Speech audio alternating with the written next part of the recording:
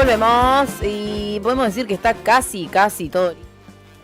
36 horas de paro de la CGT y movilización el próximo 9 de abril. Van a ser 36 horas porque la decisión se sumó a las primeras 24 horas del paro, iniciarlo al mediodía del miércoles para acompañar masivamente la movilización de gran parte de los sectores de jubilados, jubiladas, organizaciones políticas, sociales que vienen movilizándose miércoles a miércoles. Se prevé una movilización imponente que prácticamente detendrá la actividad en buena parte del país. Todas las regionales de la CGT replicarán esta marcha, que será el prólogo del paro general, que será a partir del minuto 1 de el jueves 10 de abril. Si bien los detalles de ambas jornadas y en particular la de la movilización se va a terminar de definir hoy por la tarde, la intención de la CGT es garantizar una permanencia de 12 horas en la Plaza de los Dos Congresos durante el miércoles. También tuvieron una reunión desde la CGT con organizaciones de jubilados y jubiladas, donde también estos sectores tuvieron la posibilidad de plantearle sus demandas, y no solamente como jubiladas, sino lo que le decía era, esto tiene que ser una demanda de los trabajadores activos. Estamos hablando del fin de las moratorias, del vaciamiento de las cajas previsionales, políticas que no afectan a los jubilados de hoy, sino que también van a afectar a los jubilados del mañana, que son hoy trabajadores, todos ellos o gran parte de ellos nucleados en la central obrera.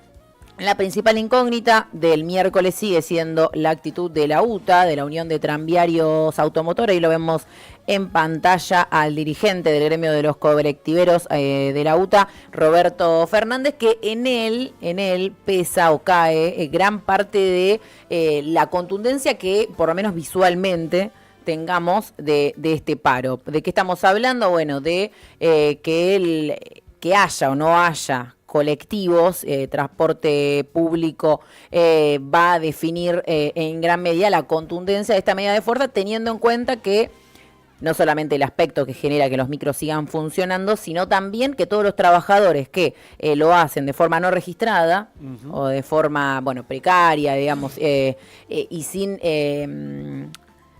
tener el paro, digamos, habilitado por convenio colectivo de trabajo, es muy probable que si haya colectivos esté la obligación de trabajar. Y en muchos casos, cuando no hay colectivo, aparece, ¿no?, la contemplación a el paro por una cuestión de imposibilidad de llegar. Más que nada estamos hablando del AMBA, ¿no? No estamos hablando quizás en una ciudad del interior del país donde vos, si no hay colectivo, tenés formas de llegar caminando o en algún otro tipo de transporte. Más que nada hablamos de, por ejemplo, aquellos trabajadores que trabajan en la Ciudad Autónoma de Buenos Aires y que viajan desde el conurbano o que trabajan de una punta a la otra de una ciudad muy grande. Allí que haya o que no haya colectivos claramente determina la contundencia del paro, y hasta lo que se sabe ahora no hay grandes intenciones del dirigente de la UTA por hacer el paro. Obviamente no nos olvidemos que está en vigencia, esto lo decíamos en el momento en el que se definió, hay una conciliación obligatoria en vigencia. Eso puede ser utilizado por el gremio como excusa también para no acatar a un paro que tampoco tiene la definición de política de acatarlo, ¿no? Esto es importante decirlo. La conciliación obligatoria es real, está vigente, fue determinada por 15 días que incluyen a este miércoles y jueves de abril. Hasta el viernes sería. Claro. La que se lanzó la semana pasada. ¿Cuál es el asunto acá? Si quisiera de forma insistente este gremio acatar y adherir al paro de la CGT, lo podría hacer. Por un lado está la posibilidad, digamos, de no acatar una conciliación obligatoria. Eso puede tener consecuencias, principalmente sí, judiciales para con el gremio, ¿no? Sí, judiciales en el mejor de los casos. El tema es que acá Julio Cordero, en particular, secretario de Trabajo, y desde el gobierno están amenazando al gremio con incluso quitarle la personería jurídica o con intervenirles la obra social. Entonces la amenaza, obviamente, hace replegar al sindicato, pero a la vez, otra grieta que se abre es que el gremio tiene la posibilidad de indicar, esto lo decían algunos abogados laboralistas, que la conciliación obligatoria fue dictada por el conflicto entre el gremio y la patronal. La medida de fuerza propia de la UTA. Claro, contra la patronal y contra la falta de aumentos para los trabajadores. Este paro no es por la misma razón por la cual fue dictada la conciliación obligatoria, estamos hablando de un paro en contra del gobierno, en reclamo salarial, en reclamo de los bonos, en reclamo por las jubilaciones y demás, pero no tiene las mismas razones por las cuales fue dictada la conciliación obligatoria. Por y lo tanto, enmarcado en un paro general, que no es claro, lo mismo que el paro seccional o claro, sectorial, en este caso, que realizaba un sindicato. Esto lo aclaro, primero porque todavía hasta el miércoles muy probablemente o hasta mañana no haya una certeza sobre si va a haber o no va a haber colectivos el próximo jueves 10 de abril, perdón, por un lado, y por el otro lado para entender que no solamente sería por la conciliación obligatoria, sino que hay una postura de los dirigentes de la UTA de no confrontar tan directamente con este gobierno como si lo está definiendo la CGT con este paro.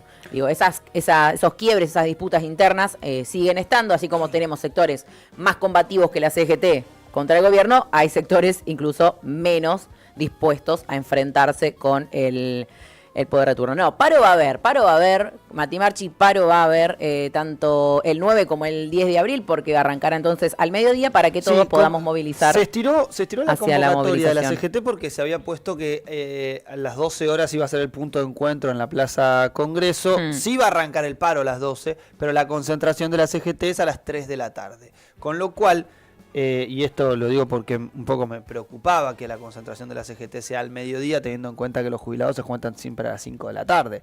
Entonces yo ya especulaba en mi cabeza que a las 5 de la tarde iba a ser el momento de desconcentración, teniendo en cuenta que estás al mediodía, que estás desde el mediodía ahí. Así que estando la convocatoria de la CGT oficial, que ya lanzó desde su página, desde sus cuentas de redes sociales, que dice 3 de la tarde, listo, ya ahí garantiza la presencia de la central de la Confederación General del Trabajo y todos sus sindicatos el miércoles en el Congreso, bancando en este caso a los jubilados y desarrollando el tercer paro general en lo que va de este año y medio de la administración de Javier Milei. Así es. Franquito, ¿querés? Yo sé que no es el momento, o sea, no es de forma estricta el momento, pero me parece que estamos como para hablar un poquito de lo que vos traías, sí, que tiene que ver con el operativo de seguridad, que ya está, bueno, confirmándose, podríamos decir, para el miércoles. ¿Vieron que luego de la represión la represión que tuvo las imágenes y a Pablo Grillo herido como lo tuvimos, que aprovechamos cada vez que hablamos de su situación para saludar y para festejar la mejoría de salud de Pablo? Recuerdan que después de ese operativo hubo un operativo de seguridad que contempló a fuerzas de la Ciudad Autónoma de Buenos Aires con fuerzas federales, pero que se decía y se dijo públicamente, y muchos lo afirmaron, no estaba conducido por Patricia Bullrich, ¿no? Como que hubo un llamado de atención alrededor de lo que fue el operativo que se llevó adelante, si ahora no me equivoco, es el 12 de marzo, y el 19 el operativo estuvo en manos de otra persona, ¿sí? Convengamos, para hacerlo lisa y llanamente, la corrieron a Patricia Bullrich del operativo de seguridad. Bueno, eso fue una definición política del gobierno, ¿sí? Fue ante los descalabros, ante el hecho represivo de que la policía avanzaba cuerpo a cuerpo a las 3:30 de la tarde, el día que se juntaban los hinchas a bancar a los jubilados. Bueno, ¿qué es lo que se leyó? Incluso hacia adentro del gobierno. Un nivel de un desmadre del operativo de seguridad. Operativo que luego estuvo una hora tirando gases en Plaza Congreso y no logró evitar que la gente llegue a Casa Rosada, a Plaza de Mayo. Estamos hablando de casi 10 cuadras de un punto al otro. Y en palabras del gobierno, rompiendo todo a su paso y generando un descalabro en la Ciudad Autónoma de Buenos Aires. Y esto lo agrego yo, llegaban hasta lanzar piedra a la Casa Rosada.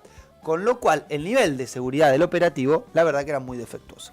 Bueno, a la semana siguiente, el operativo se encargó parte del gobierno, ¿sí? Algunos dicen que sectores de seguridad, otros dicen que gente más afín a Santiago Caputo. Bueno, en concreto, no Patricia Bullrich.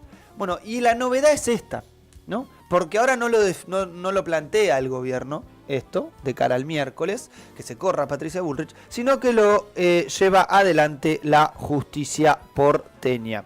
Y dirás, bueno, ¿por qué la justicia porteña? Esto fue lo que resolvió el juzgado de primera instancia en lo contencioso administrativo y tributario número 2, a cargo del juez Andrés Gallardo, por presentaciones que hicieron tanto la CGT como la UTEP, las cuales habían anunciado su participación en la marcha de este miércoles y pedían o exigían un nivel de control alrededor de cómo están las fuerzas federales actuando. Entonces, ¿qué es lo que dice el juez Gallardo?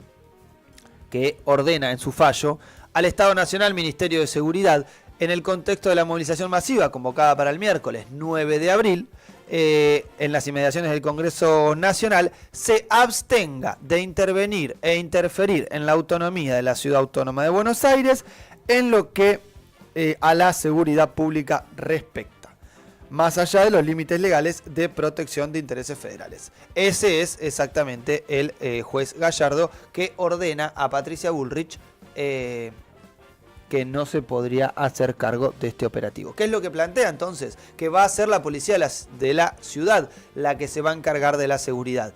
Ahora, ¿cuál es el gris acá?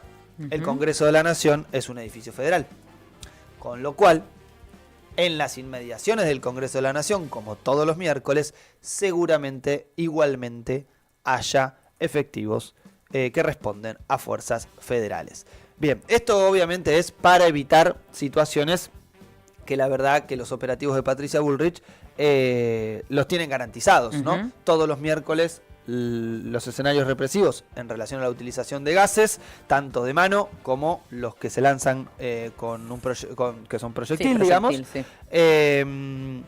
Como lo que es directamente poner a las fuerzas federales en un papel de pauperización de su rol, que en este caso es controlar el tránsito, y encima el tránsito por la provocación de gente de 70, 75, 80 y 90 años exigiendo por su jubilación. Así que, concretamente, lo que es muy probable que suceda, Mati Marchi, por favor, poner mapita, es algo parecido, no exactamente eso, esto que vemos ahí. Esto que vemos ahí es el mapa de la Plaza de los Dos Congresos. La línea roja es lo que separa al Congreso del lado izquierdo, en este caso, de la línea roja es el Congreso de la Nación, lo verde es la plaza. Este fue el vallado que... este es el operativo del día 19. El operativo del día 19... Estamos hablando del miércoles posterior a la fuerte represión. Digamos, la de Pablo Grillo, para que hagan la referencia rápido, sí, fue el 12 de marzo. El 19 fue cuando se movilizó con contundencia, pero con un operativo bastante tranquilo en comparación al del miércoles anterior. Un operativo que tenía vallado, que claro, tenía esto. ¿Qué es lo que evitaba el operativo? El cuerpo a cuerpo. Una movilización mucho más grande, la del 19, que la del 12, por lo menos a mi termómetro personal, con mayor presencia de organizaciones, ¿sí? Pero no había en ningún momento una posibilidad de cuerpo a cuerpo entre efectivos. Bueno, esto es muy probable que suceda el miércoles, ¿sí? Esto es quizá uno de los mecanismos que el gobierno ha probado que funciona y que obviamente si nadie tira una valla, no hay hipótesis de conflictividad, excepto que para desconcentrar la plaza empiecen a lanzar gas lacrimógeno o tirar gas desde atrás de la valla. Situaciones que también hemos visto infinidad de los miércoles en los cuales los jubilados se concentran en este lugar. Sí. Pero como verán, ingresos laterales por la plaza, a la Plaza de los Dos Congresos. Ahí vemos la que está marcada en amarillo, es Avenida Rivadavia, que se transforma después, ¿no? Pero sería Avenida de Mayo. Claro, la que se llena naturalmente. Exactamente. ¿No? Y Entre Ríos es la que estaría vallada, sí, pero garantizando el tránsito, que es un poco la imagen que el gobierno quiere concentrar. ¿Cuál es el tema? Bien. O sea, de última morite por jubilado con hambre, no te mueras por que no puedas pasar por esa calle ese día. Porque no puedes llegar. Pero, ¿cuál es el tema? Que bueno, ahí las dos paralelas por fuera de la plaza son las que están cortadas. Con lo cual, el propio operativo de seguridad corta dos accesos, que en este caso es Irigoyen y del otro lado Rivadavia. Veremos cómo se da todo. A priori ahí están algunos señalamientos de cómo ingresarían las columnas, presencias policiales por otros rincones. Es interesante ver qué va a salir a declarar Patricia Bullrich con respecto a esto, porque esto es bajarle el copete, ¿no? Es meterla en el freezer y bajarle un tenor que Patricia Bullrich cada vez que sale... La pistolera queda como loca. Y reafirma además su vocación represora. Sí, le sale rabia por la boca, como nos dijo Jorge Rachi de acá. Está rabiosa esa señora. Sí, y algo, bueno, no menor también es que la contundencia, digamos, la masividad que tenga la movilización también va a determinar el accionar, como hemos visto en cada instancia ante este gobierno, determinar el accionar de las fuerzas policiales. Se espera una movilización, como decíamos, muy grande. La CGT habla incluso de, por lo menos por parte del sindicato, más presencia que la que hubo el 24 de marzo, o sea, está hablando de una marcha mucho mayor.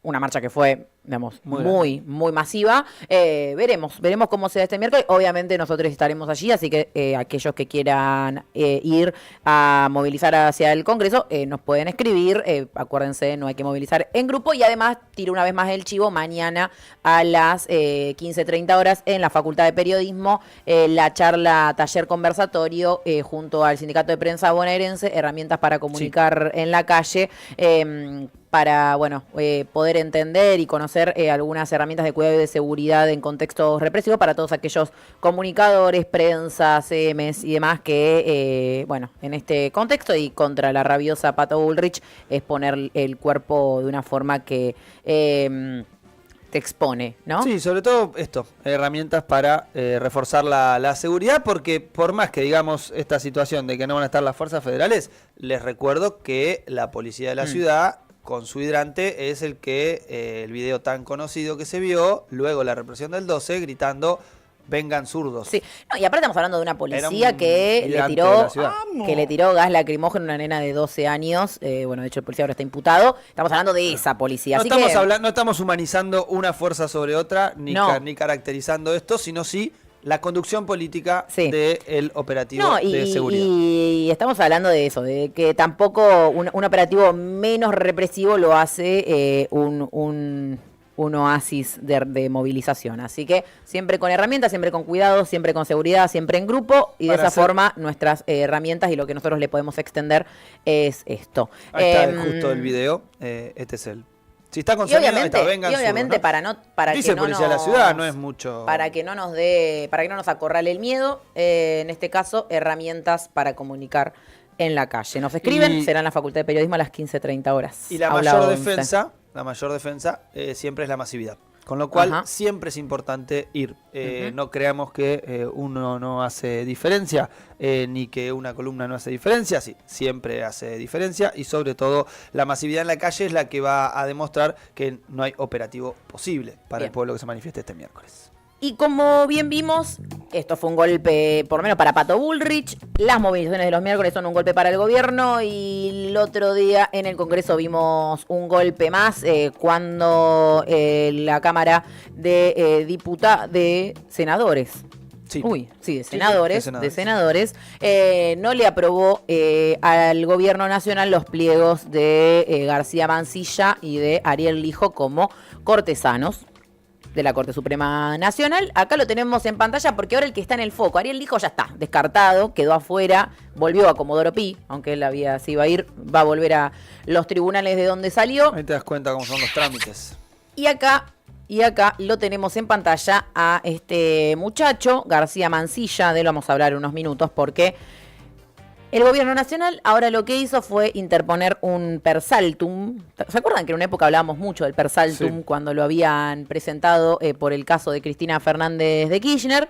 En este caso, el persaltum es contra la decisión de la justicia. Estamos hablando de la justicia que fue, que lo anunciamos acá el otro día, la decisión del juez Alejo Ramos Padilla de La Plata, que dispuso la prohibición de que este juez, por no haber sido aceptado por el Congreso de la Nación y por haber sido designado por decreto, no pueda firmar, resoluciones de la Corte Suprema hasta que el Senado en todo caso vuelva a discutir y acepte su pliego. Por ahora es un usurpador de ese cargo nombrado por decreto. Bueno, ¿qué hizo el gobierno entonces? Un pedido de persaltum para que no entra en vigor esta resolución del juez Ramos Padilla, esta prohibición que le establece a García Mansilla para firmar los fallos por lo menos por 3 meses. Esta presentación fue realizada por el Procurador del Tesoro de la Nación ante la Corte Suprema, es decir, ahora queda en manos de la Corte Suprema definir si García Mansilla puede o no puede firmar resoluciones. Todo queda en familia, muy, muy bueno. Lo que se le pide al máximo tribunal es que declare expresamente los efectos suspensivos del recurso presentado por salto de instancia y que disponga la plena vigencia del decreto 137/25 por el cual se designó a García Mansilla. Que además, García Mansilla, el jueves, mientras el Senado rechazaba su designación, le metió duro, fuerte, al laburo, se pasó una jornada plena justamente de firma de fallos. Y dijo, bueno, si me quedan pocas horas, si me quedan pocos días, si me quedan pocos meses... Yo meto el gancho. Y acá voy a dejar mi presencia. ¿Qué hizo? Bueno, mirá cómo dejó la estela. Firmó resoluciones en contra de los trabajadores, firmó resoluciones de todo tipo, entre ellas, por ejemplo, bueno, la ratificación de la absolución a uno de los represores de la dictadura, justamente alguien que en Mar del Plata tuvo un rol muy importante en lo que fue la Noche de las Corbatas en el 77, digo, para entender a qué vino García Mansilla. Y otra más, y lo enlazamos con la noticia siguiente, es que en esa larga jornada de firma de resoluciones, la Corte Suprema rechazó considerar como travesticidio el crimen de la militante trans Diana Zacayán, que fue asesinada en el año 2015. En su momento, cuando se dio el primer fallo de la primera instancia sobre el asesinato de Diana, el agravante fue odio a la identidad de género. Es decir, estaba garantizada la perspectiva de género en esa resolución. Una resolución que fue, aparte, insignia no solo en la Argentina, sino que sirvió para otros casos en toda América Latina, porque fue literalmente el primer caso donde se abordó el odio a la identidad de género como un motivo judicial para el agravante en este crimen. Bueno, ¿qué dijo la Corte Suprema en este caso? No nos vamos a meter en el asunto. ¿En qué asunto? Bueno, en que el tercer tribunal que trató esto, la Cámara de Casación, excluyó el agravante de odio a la identidad de género, y la Corte Suprema, que recordó, ¿vieron esto que hablamos de que la Corte Suprema tiene sus tiempos, decide cuando quiere, no tiene nada? Bueno, entre otros de los vericuetos que tiene el artículo 280 del Código Procesal Penal, que le da la herramienta de decir, bueno, yo sobre esto no hablo, pero que también es hablar al respecto de algo. Bueno, acá hizo uso de esto con las firmas de Lorenzetti, de Rosati, de Rosenkrantz y obvio de el muchacho usurpador García Mansilla, a pesar de no haber sido designado por el Congreso y haberlo hecho por decreto. Hizo lo que vino a hacer, ¿no? Recordemos, García Mansilla, propuesto más que nada por la vicepresidenta Victoria Villarruel, con una perspectiva muy antiderechos, muy antifeminista, muy conservadora, hizo lo que vino a hacer, incluso sin haber sido nombrado por el Congreso, que fue entonces, en este caso, dar marcha atrás con algo que era muy importante para la justicia argentina, que era tener este precedente con respecto a el odio a la identidad de género. Igualmente, la condena de primera instancia sigue vigente, sigue siendo importante para la regulación internacional, pero es obviamente una marcha atrás en términos del avance que se había logrado con esta calificación de travesticidio, que bueno, le permitía por primera vez discutir esto y intentar por lo menos llegar a lo más cercano a justicia por la dirigente Diana Zacayán, que fue brutalmente asesinada en el año 2015 y bueno, ahora son muchos los sectores de la diversidad de los derechos humanos que están reclamando que cuando se siga abordando esto en las distintas instancias judiciales, que obviamente se presentó nuevamente el amparo, y en las instancias internacionales a donde esto va a ser llevado, bueno, justamente que se reponga el odio a la identidad de género como agravante, porque es lo que obviamente y lo que efectivamente se demostró en primera instancia que ocurrió, que es que fue asesinada justamente por travesti, fue asesinada con odio y fue un agravante para su muerte. Así que, bueno, lo que decíamos, acá no hay nada casual, era puro por García Mansilla, su designación por decreto, todo tiene un porqué en la Argentina de Javier Milei.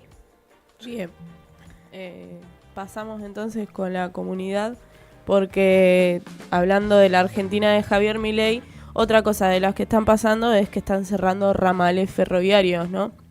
Lo mencionábamos Nunca antes visto en un gobierno neoliberal. Todo nuevo, el outsider. Sí, ¿no? Pero bueno, esto se suma, ¿no? En algún momento en nuestro país tenía muchísimos trenes y bueno, y él sigue los modelos de sus héroes neoliberales. Pero bueno, sin avisar nada, se decidió no llegar más a Pinamar ni a Bragados. Javier Milei y su ajuste no tienen piedad con los sectores ferroviarios y agrandan cada vez más la lista de lugares a donde ya no llega el tren. La provincia de Buenos Aires intenta hacer... La provincia de Buenos Aires intenta hacerse cargo de la situación para que el tren no deje de pasar por Pinamar ni Bragados y buscará tender puentes con la nación para que los usuarios no queden librados a su suerte, ¿no? Acá hay unas palabras que expresó Martín Marinucci, que es el ministro de Transporte bonaerense, que dice: reaccionamos de inmediato y públicamente planteé que lo que veníamos charlando con el gobernador Axel Kicillof en función de un proyecto de ley presentado por el senador Pedro Borghini, vinculado con la creación de una empresa operadora ferroviaria de la provincia de Buenos Aires. Eso expresaba Martín Marinucci. Y bueno, y esto es otro de los golpes, ¿no?, que está dando Milei a los usuarios, a la gente del pueblo, ¿no?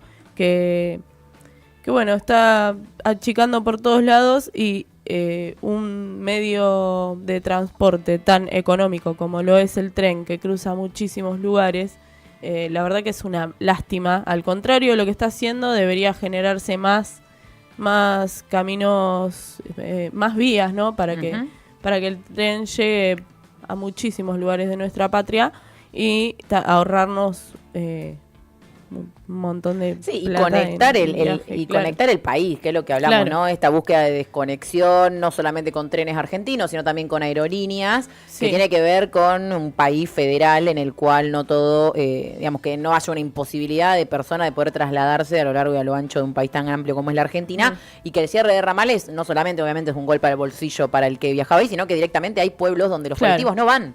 Exactamente, o sea, que su único medio de transporte es el tren, y con suerte un colectivo, porque por ejemplo ciudades, localidades como Bragado o pueblos chicos del interior de la provincia de Buenos Aires, si no, lo que tenés es un colectivo que de onda te deja en la entrada de la ciudad. Pues estas cosas son la realidad de lo que pasa, y que el cierre de un ramal del tren realmente implica un derecho desarmar menos. Una economía de un pueblo. Totalmente. Y bueno, también pasamos con otra de las noticias, porque hoy, por el Día Mundial de la Salud, hay una protesta de trabajadores del Garrahan.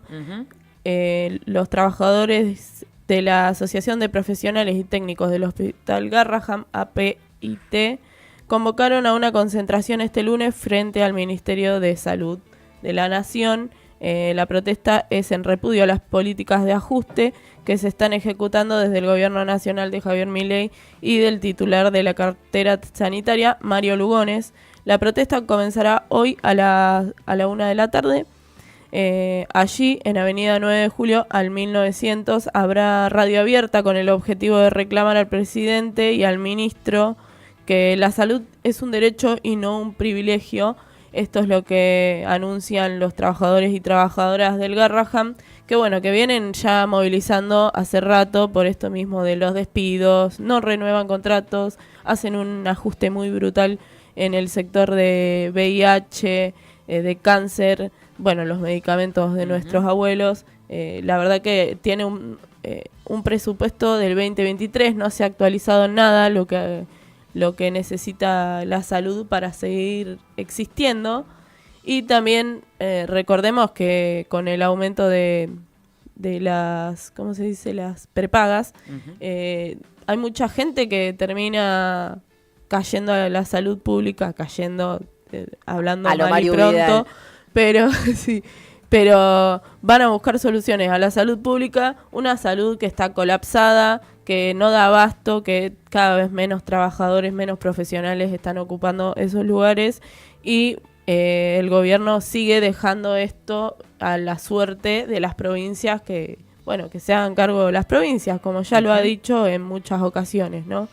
Sí, totalmente. También estaba viendo, no es contra el gobierno nacional, pero sí contra el gobierno provincial, en este caso, que obviamente va de la mano igualmente, porque la dificultad económica es un impacto que Sí. no distingue provincia, y que hoy también va a haber un paro muy fuerte de los trabajadores médicos tocoginecológicos en hospitales públicos de la provincia de Córdoba. Ajá. Un paro de actividades también en reclamo por sueldos dignos y en defensa de la salud pública de Córdoba, de los hospitales, principalmente la maternidad provincial y el neonatal. O sea, estamos hablando también de una especialidad que suele estar vinculada, ¿no? Como siempre hay ciertos especialistas de la medicina que siempre tienen mejores condiciones económicas. Estamos hablando de una situación en la cual no hay distinción. Acá si hay guardia, todos si no hay están mal. guardia. En el gobierno de Javier Milei ningún médico es privilegiado, nadie es privilegiado. Totalmente.